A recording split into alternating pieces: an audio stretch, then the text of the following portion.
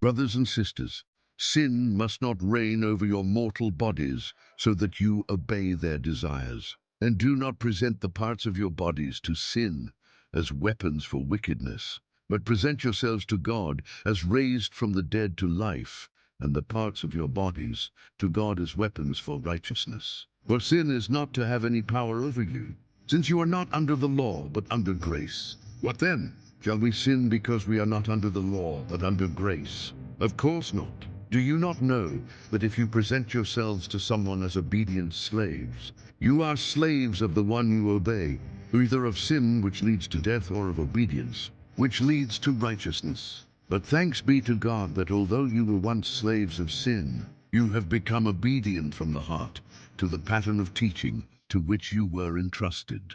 Freed from sin, you have become slaves of righteousness.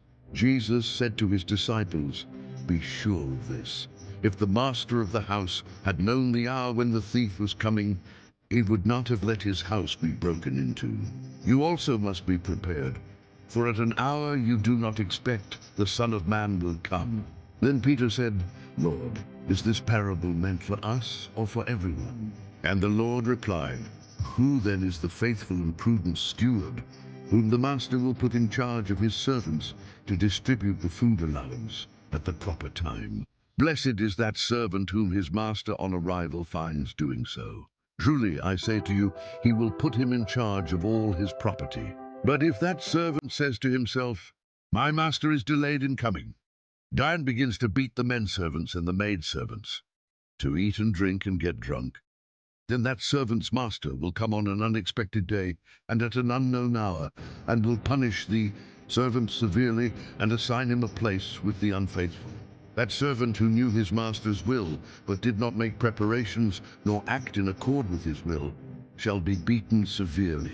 And the servant who was ignorant of his master's will, but acted in a way deserving of a severe beating, shall be beaten only lightly.